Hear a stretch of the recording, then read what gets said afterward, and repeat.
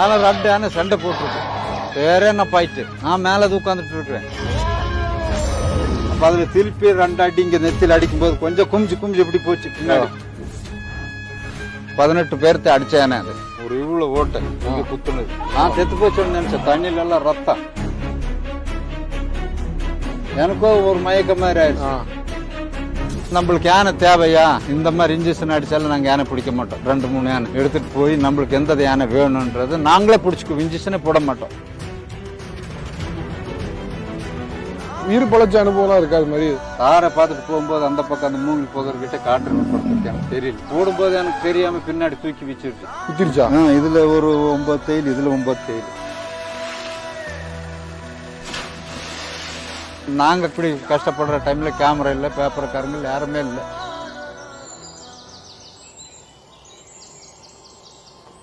தினந்தோறும் டிராஃபிக்ல ஆரன் அலறல் சத்தத்தையும் இயந்திரங்கள் இயம்புகிற இரைச்சலையும் மானுட இரைச்சலையும் கேட்டு கேட்டு காதுகள் புளிச்சு போச்சு.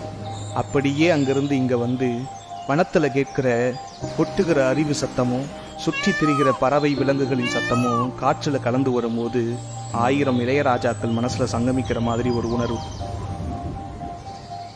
அன்றாடம் ஊர்ல நடக்கிற குற்றச்செயல்களை சகித்து பார்த்து கொண்டு ஃபோன், டிவி, லேப்டாப்னு ஓயாம பார்த்து கண்கள் தோய்ந்து போயிருக்கக்கூடிய சூழல்ல இந்த ரம்மியமான காட்சிகள் ரசனையை கூட்டுகிறது, தேவையின் ரகசியத்தை உடைக்கிறது. வாங்க தொடர்ந்து இந்த வனத்தின் வனப்பை கொஞ்சலாம். இப்போ முதல்ல போன சாப்பாடு என்ன கொடுப்பீங்க 6 மாசத்துக்கு? அது சாப்பாடு அந்த மரத்தலை சார், அரசந்தாழை, இந்த பட்டை, பூந்தப்பனை அதான் போடும். ஆனா சில யானை இந்த வில்லேஜுக்குள்ள சுத்திட்டு இருக்குது பாருங்க, காட்டு யானைங்க, அதெல்லாம் சாப்பாடு வந்த உடனே வாங்கி சாப்பிட்டுரும். இந்த சீனிவாசன், அரிசி ராஜா முடிச்சாங்களா? இந்த சீனிவாசன் எல்லாம் அதெல்லாம் வந்ததுமே தும்பி கையில கொடுத்தோன்னே எடுத்து சாப்பிடுது. அந்த மாதிரி பண்றோம். இந்த காட்டுல இல்லா காட்டுக்குள்ள இருக்கிற பிடிச்சதா கொஞ்சம் கஷ்டம். அது கொஞ்சம் சாப்பிட்டு பழகணும். இந்த டவுனுக்குள்ள இருக்கிற அப்படி கிடையாது. நான் கொடுத்தாலும் எடுத்து சாப்பிட்டுக்குது. இவ்வளவு பெரிய யானை வந்து நீங்க 6 மாசம் ஒரு இடத்துல தொட்டில் மாதிரி போட்டு நீங்க வளர்க்குறீங்கன்னா அது ஐயோ, அது சின்ன ஒரு 10 வயசு 15 வயசான சீக்கிரம் பழகிடும் சார். பெரிய யானை கொஞ்சம் கஷ்டம். இந்த மூர்த்தியெல்லாம் ரொம்ப நாளாகி போச்சு. ஆனா அது அவங்க பழக்கினவங்களுக்கு நான் நினைக்கிறது அவங்களுக்கு ஏதாவது செஞ்சிருக்கணும். அவ்வளவு கஷ்டப்பட்டாங்க அந்த யானை பழக்கிறதுக்கு. 18 பேர்த்த அடிச்ச யானை அது. நம்ம ஆளுங்களை, நம்ம இந்த ஊர்ல ஆளுங்களே நான் கேட்டேன், யாராவது செய்யறீங்களான்னு. யாருமே செய்யல, பயந்து. அந்த யானை பாத்துக்கிறதுக்கு.